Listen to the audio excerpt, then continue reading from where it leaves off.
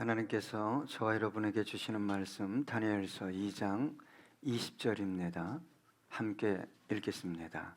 다니엘이 말하여 이르되 영원부터 영원까지 하나님의 이름을 찬송할 것은 지혜와 능력이 그에게 있음이로다.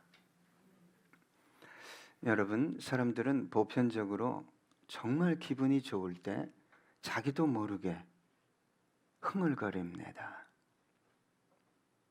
일을 하면서도 흥얼거리고 주방에서 음식을 하면서도 흥얼거립니다. 그런데 그 흥얼거리는 그 멜로디 노래는 평상시 자주 불렀거나 들었던 노래를 흥얼거리죠. 콧노래를 부르고 있는 사람이 기분이 나쁜 경우를 보셨습니까? 콧노래를 흥얼거리는 사람들은 대부분 기분이 좋은 사람들입니다. 우리는 마음이 좀 우울할 때도 울적할 때도 노래를 부릅니다. 그러나 아주 우울할 때는 노래가 나오지 않습니다. 우리 그리스도인들도 노래를 하죠. 세상 사람들이 부르는 노래, 요즘 대세는 트롯이랍니다. 근데 그 유명한 트롯 가수를 저는 잘 모릅니다. 그런데 여러분, 우리 그리스도인들은 세상 사람들이 결코 부를 수 없는 노래를 부릅니다. 그것은 바로 찬양입니다. 그런데 너무 안타까운 일은 이 찬양을 교회 안에서만 부른다는 거예요. 혹시 찬송이 가정에서 나오는 경우가 있습니까? 혹은 찬송이 일터에서 나오는 경우가 있습니까? 교회 밖에서 찬송이 나오는 영혼은 참으로 아름다운 영혼이요 깨어있는 영혼이 아닐 수 없습니다. 찬송은 하나님을 영화롭게 하는 것입니다. 듣는 이에게 은혜를 더해주고 우리의 영혼을 새롭게 우리의 삶의 터전에 하나님의 임재와 영광이 드러나게 합니다. 왜 그럴까요? 찬양할 때 사탄이 물러갑니다. 가난과 저주와 불행과 상처와 죽음과 갈등이 무엇으로부터 왔습니까? 죄로부터 왔어요. 그 죄를 뒤에서 이용해서 영혼과 삶을 파괴하는 존재가 사탄입니다. 얼마 전에 카페에서 찬양을 틀어놨는데 한 분이 70이 거의 다 된 분이 그 찬양을 따라하는 거예요. 그래서 제가 물어봤어요. 교회 다니십니까? 아니요. 근데 어떻게 찬양을 부르십니까? 여성분이었는데 수줍은 듯 저는 찬양을 부르면 눈물이 납니다. 찬양에는 능력이 있습니다. 기도보다 더 큰 능력은 찬양입니다. 여러분, 저와 여러분이 천국 가서도 기도를 많이 할까요? 물론 기도할 수 있어요.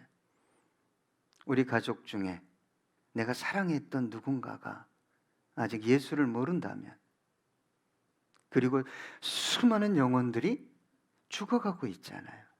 영원한 멸망, 지옥을 향해 가고 있기 때문에 우리 하나님 보좌 앞에서도 기도하겠지만, 간구하겠지만 본질적으로 천국에서는 찬양을 더 많이 할 거라고 저는 생각합니다. 찬양은 믿음의 고백입니다. 찬양은 하나님을 높이는 것인데 하나님이 하신 일, 나에게 베풀어 주신 은혜, 하나님의 성품을 높이는 거예요. 그래서 세상 사람들이 할 수 없는 게 뭐냐? 찬양입니다. 혹 한다면 그들은 그저 입술로 하는 거예요. 하나님을 믿고 하나님을 깊이 경험한 영혼이 부를 수 있는 노래가 찬양입니다. 그런데 얼마나 경험했느냐, 이 영혼이 얼마나 경험했느냐에 따라서 그 찬양의 능력, 파장, 파문은 멀리 깊게 갈 수도 있고 누군가의 영혼을 흔들 수도 있고 그렇지 못할 수도 있습니다. 누가복음 7장 44절에서 47절 보니까 그 여자를 돌아보시며 시몬에게 이르시되 이 여자를 보느냐? 내가 네 집에 들어올 때 너는 내게 발 씻을 물도 주지 아니하였으되 이 여자는 눈물로 내 발을 적시고 그 머리털로 닦았으며 너는 내게 입맞추지 아니하였으되 그는 내가 들어올 때로부터 내 발에 입맞추기를 그치지 아니하였으며 너는 내 머리에 감람유도 붓지 아니하였으되 그는 향유를 내 발에 부었느니라. 이러므로 내가 내게 말하노니 그의 많은 죄가 사하여졌도다. 이는 그의 사랑함이 많음이라.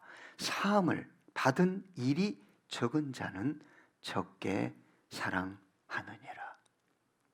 여러분, 저와 여러분이 우리 아버지 하나님께, 우리 주님께 받은 사랑이 대체 어떤 것입니까?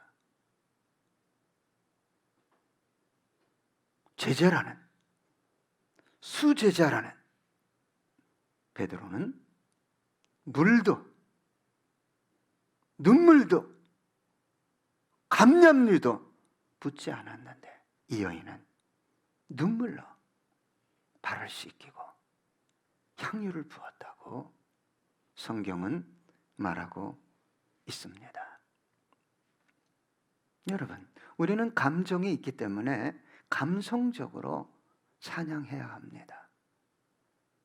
우리는 이성이 있기 때문에 이성적으로 하나님을 찬양해야 합니다. 그러나 하나님을 실제적으로 깊이 경험한 영혼만이 하나님을 바로 찬양할 수 있게 되는 것입니다. 그 영혼이 찬양할 때 힘이 있는 거예요. 능력이 있는 것입니다. 여러분, 저와 여러분이 혹 하나님을 실제로 경험하지 못했다 할지라도 기대하는 마음으로 예배 때마다 일단 교회에서 간절히 하나님께 찬양을 올려드리길 부탁합니다. 왜요? 하나님은 사모하는 영혼을 채워줍니다. 제가 찬양을 통해서 수없이 은혜를 받았고 많은 하나님의 음성을 들었습니다. 여러분, 저와 여러분은 교회에서만 찬양하는 영혼이 아니라 때와 장소, 상황을 불문하고 찬양하는 저와 여러분 되기 원합니다. 왜 삶의 현장에서 사람들과의 관계에서 하나님의 능력과 영광을 경험하지 못하느냐? 교회에서만 찬양하기 때문에 그렇습니다. 성경의 위대한 하나님의 사람들은 상황과 관계없이 자신의 고난과 문제와 심지어 죽음 앞에서조차 하나님을 찬양했어요. 그 찬양을 받으시고 하나님께서 그들의 삶을, 영혼을 축복하시고 역전시켜 주셨습니다. 여러분, 욥이 어느 날 전 재산을 잃었어요. 종이 다 죽었습니다. 심지어 한날에 10자녀가 다 죽었잖아요. 욥기 1장 20절로 22절 보니까 욥이 일어나 겉옷을 찢고 머리털을 밀고 땅에 엎드려 예배하며. 여러분, 진짜 하나님의 사람은 어떠한 고난이 온다 할지라도 예배를 멈추지 않습니다. 이르되 내가 모태에서 알몸으로 나왔사온즉 또한 알몸이 그리로 돌아가올지라. 주신 이도 여호와시요 거두신 이도 여호와시오니 여호와의 이름이 찬송을 받으실지니이다 하고 이 모든 일에 욥이 범죄하지 아니하고 하나님을 향하여 원망하지 아니하니라. 이 삶을, 이 욥의 고백, 이 찬양을 받으시고 하나님께서 욥의 고난을 제거하시고 수많은 무리가 보는 앞에서 하나님이 어떤 분이심을 드러내 주셨다는 거예요.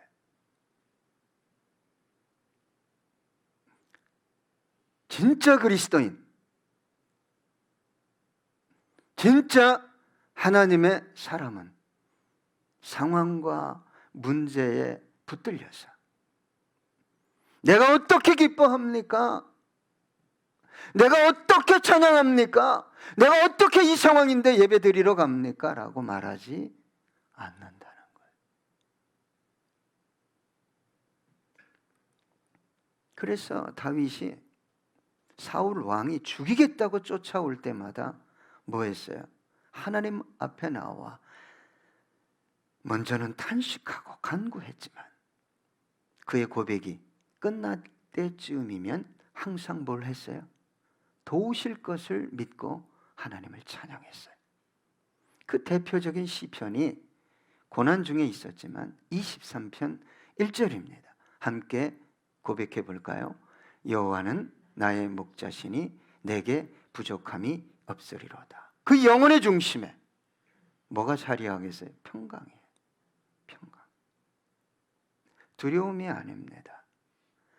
두려움 속에서 생각하고 두려움 속에서 결정하고 두려움 속에서 결정한 것들이 결과물을 내는 것은 죄송하지만 사망이에요. 사망. 여러분, 오늘 본문에 다니엘이 하나님을 찬양합니다.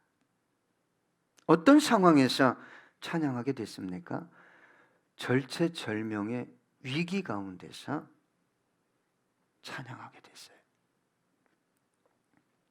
참 재밌는 것은 그때 당시에 바벨론 제국의 왕이었던 느부갓네살 왕이 꿈을 꿨어요. 아주 굉장한 꿈을 꿨는데, 너무 굉장한 꿈을 꿨는데 아이고 그 꿈을 잊어버렸어요. 보통 굉장한 꿈을 꾸고도 잊어버릴 수 있어요.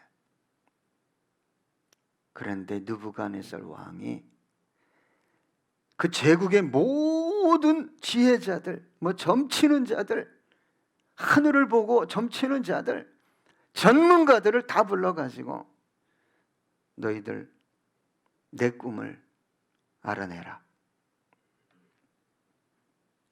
그리고 내 꿈을 해석해 놔라. 말이 되는 것입니까? 그렇지 않으면 다 죽이겠다. 너희들 몸을 다 쪼개겠다. 그랬더니 신하들이 부들부들 떨면서 제발 꿈을 말해 주시면 우리가 해석해 드리겠습니다. 그런데 이 느부갓네살 왕이 경험을 많이 했나 봐요. 자기 꿈을, 이상한 꿈을 얘기하면 이 전문가들이나 점쟁이들이 대강 얼버무려서 해석을 내놓는 경우가 허다했나 봅니다. 그래서 꿈을 잊어버린 거예요. 나 꿈 몰라. 이 굉장한 꿈인데 알아내고 해석해와. 다니엘 2장 10절로 13절 보니까 갈대아인들이 왕 앞에 대답하여 이르되 세상에는 왕의 그 일을 보일 자가 한 사람도 없으므로 어떤 크고 권력 있는 왕이라도 이런 것으로 박수에게나 술객에게나 갈대아인들에게 물은 자가 없었나이다. 왕께서 물으신 것은 어려운 일이라 육체와 함께 살지 아니하는 신들 외에는 왕 앞에 그것을 보일 자가 없나이다 한지라. 왕이 이로 말미암아 진노하고 통분하여 바벨론의 모든 지혜자들을 다 죽이라 명령하니라. 그러면 다니엘은 죽음을 면하게 됐을까요? 아니요. 다니엘도 죽게 됐어요. 그런데 다니엘은 하나님의 놀랍고 깊은 은혜를 경험하고 오늘 본문의 찬양을 하나님께 올려드리게 됩니다.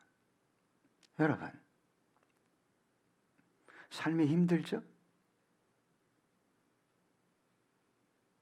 어디에 평안이 있습니까? 여러분, 어디에 행복이 있죠?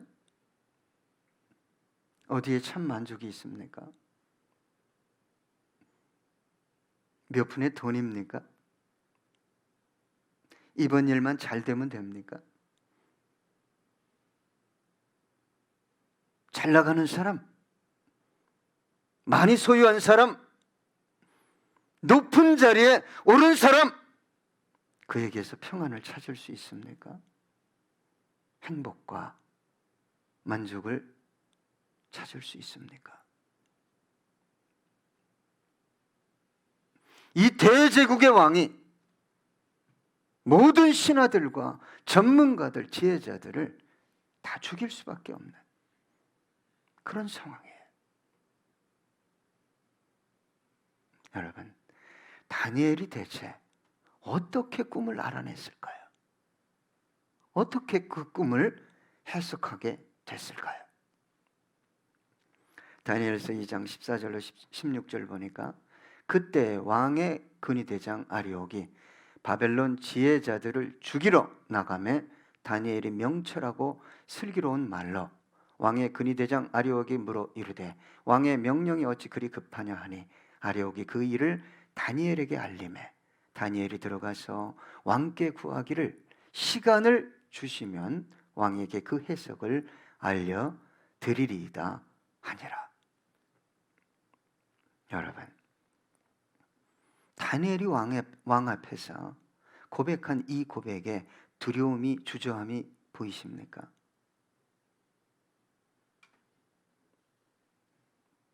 다니엘이 자신을 믿었습니까? 주위에 있는 전문가들 믿었습니까? 아니면 배경, 어떤 능력자를 믿었습니까? 오직 다니엘이 믿은 것은 자신도 아니요, 사람도 아니요, 확률도 아니요, 하나님이었습니다. 여러분, 우리 하나님께서 원하시는 믿음이 무엇입니까? 사람의 말에 따라 흔들리고 상황에 따라 흔들리고 전문가가 그 확률이 없다면 흔들리고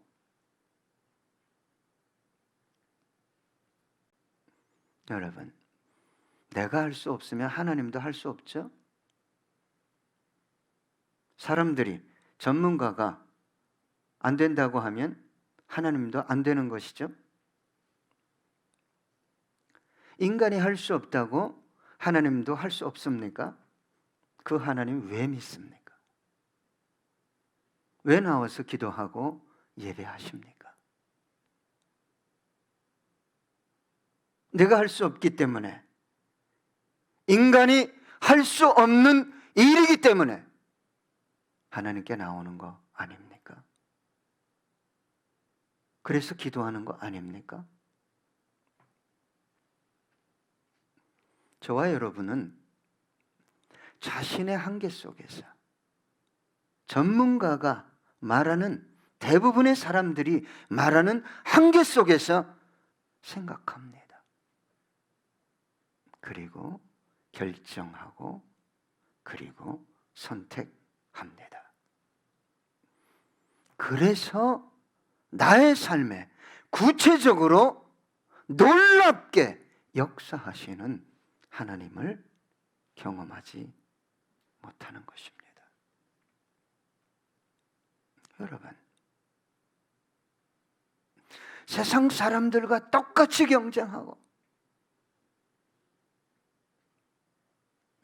세상 사람들의 방식대로 똑같이 살아간다면 여러분, 하나님 믿을 필요 없습니다. 여러분보다 잘 나가는 분들 얼마나 많습니까? 좋은 대학에 들어가고 좋은 기업을 만들고 자선사업하는 사람들, 수천억, 수조 원을 그런 단체에 기부하는 사람들도 있어요. 여러분, 저와 여러분은 하나님의 자녀입니다. 그리스도인이 무엇으로 삽니까? 무슨 능력으로 살아야 합니까? 저와 여러분의 삶의 능력은 어디에서 나오는 겁니까? 기껏해야 저와 여러분의 머리입니까? 마가복음 9장 23절입니다. 예수께서 이르시되 할 수 있거든이 무슨 말이냐? 믿는 자에게는 능히 하지 못할 일이 없느니라 하시니. 여러분, 성경을 많이 보는 것보다, 설교를 많이 듣는 것보다, 세미나에 많이 참석하는 것보다 한 단어, 한 구절이 내 영혼에 잘 박히면 세상이 그 영혼을 감당하지 못하게 되는 것입니다. 누가 건듭니까? 빌립보서 4장 14절입니다. 함께 읽어볼까요? 내게 능력 주시는 자 안에서 내가 모든 것을 할 수 있느니라. 여러분, 왜 그렇게 사람을 쫓아다닙니까? 물론 만나야 합니다. 왜 그렇게 확률을 믿습니까? 다니엘이 느부갓네살 왕의 꿈을 알아내고 해석할 확률은 몇 프로입니까?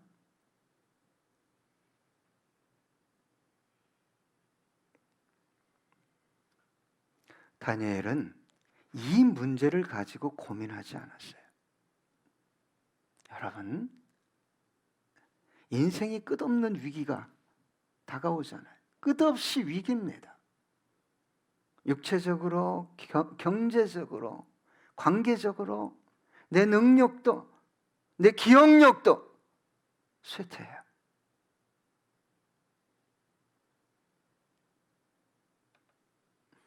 다니엘은 이 문제를 가지고 사람 찾아다니지 않았어요. 전문가 찾아다니지 않았다 이 말입니다. 믿음의 친구들과 함께 이 문제를 들고 하나님께 나아가 기도했어요. 다니엘서 2장 17절로 18절 보니까 이에 다니엘이 자기 집으로 돌아가서 그 친구 하나냐와 미사엘과 아사랴에게 그 일을 알리고 하늘에 계신 하나님이 이 은밀한 일에 대하여 불쌍히 여기사 다니엘과 친구들이 바벨론의 다른 지혜자들과 함께 죽임을 당하지 않게 하시기를 그들로 하여금 구하게 하니라. 여러분, 만약 저와 여러분이 이런 일을 당했다면 어떻게 행동했을까요? 여러분, 저와 여러분은 하나님의 자녀예요.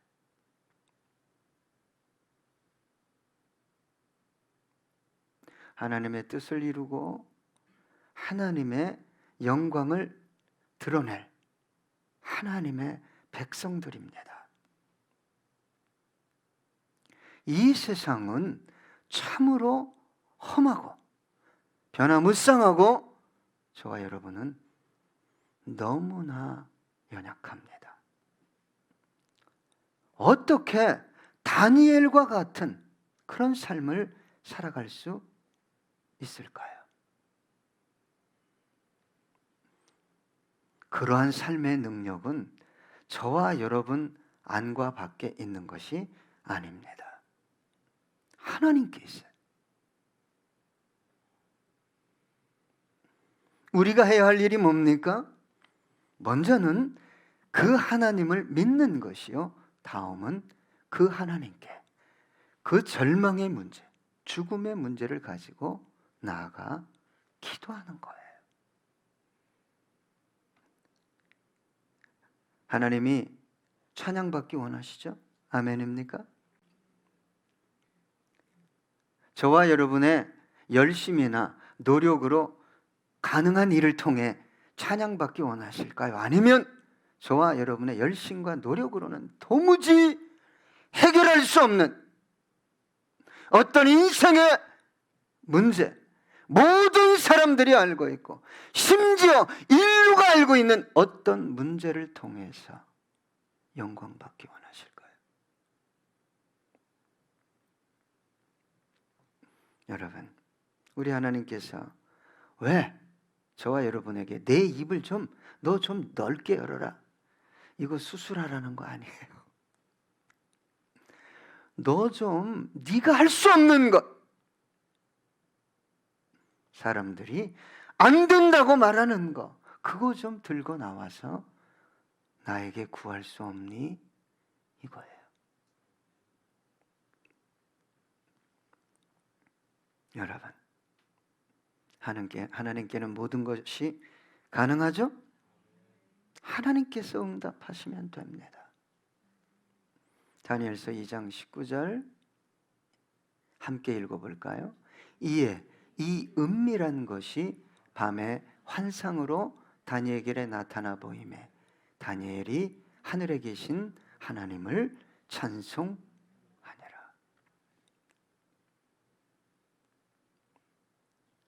저는 요즘 제 마음속에 부어주신 하나님의 어떤 감동, 음성이라고 할 수 있겠죠. 너 한 영혼 세우면 된다. 너 여러 명 바라보지 말고 한 영혼 잘 세우면 된다. 그걸 왜 말씀하셨는지를 점점 깨달아가고 있어요. 다니엘과 세 친구는 밤이 깊도록 기도했어요. 부부가 밤이 깊도록 기도하고 자다가도 하나님의 음성이 들려와서 일어나 깨어 기도하라, 이런 음성이 좀 들려와서 부부가 새벽에 일어나서 기도하고,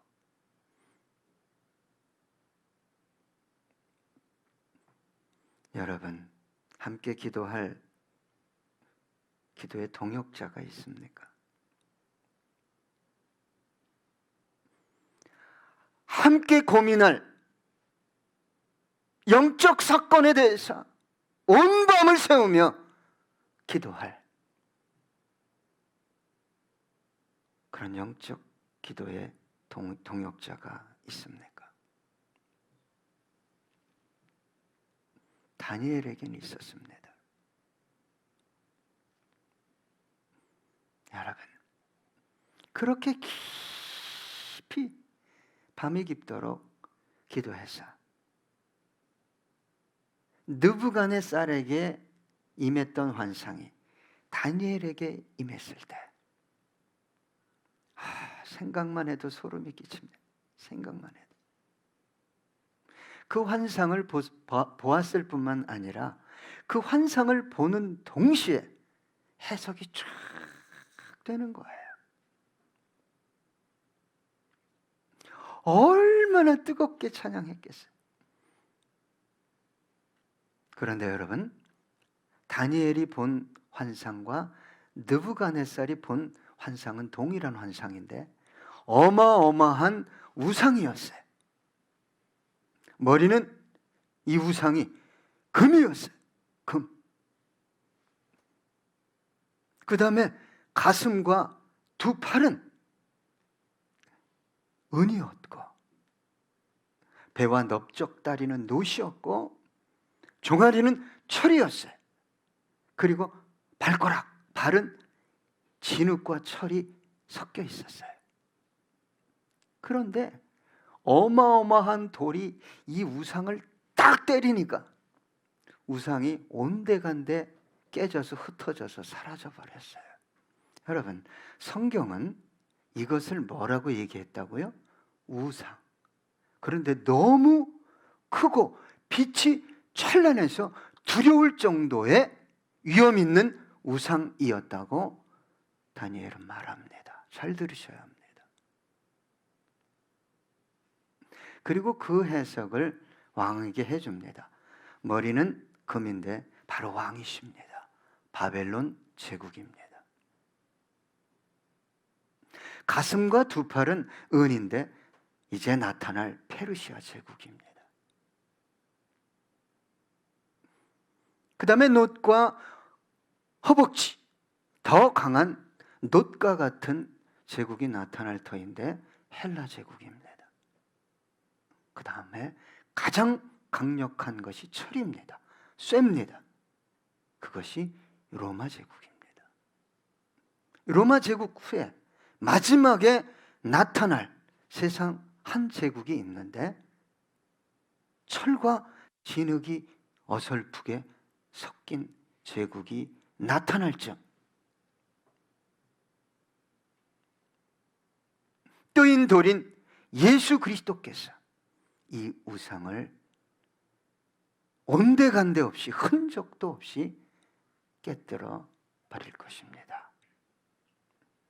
여러분, 성경은 제국이 뭐라고 해석했다고요? 우상입니다. 우상.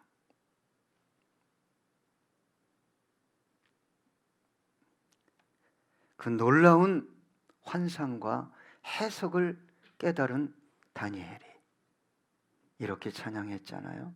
영원부터 영원까지 하나님의 이름을 찬송할 것은 지혜와 능력이 그에게 있음이로다.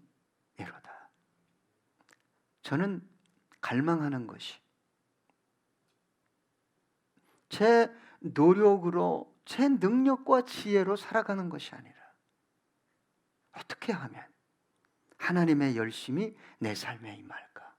그분의 능력과 지혜가 내 삶에 임할까? 여러분, 우리의 삶에도 다니엘과 같은 이러한 놀라운 찬양을 올려드리는 사건이 일어나야 되지 않겠습니까? 왜 그렇게 저와 여러분의 찬양에 힘이 없습니까? 앞으로도 그렇게 힘없이 찬양할 것입니까?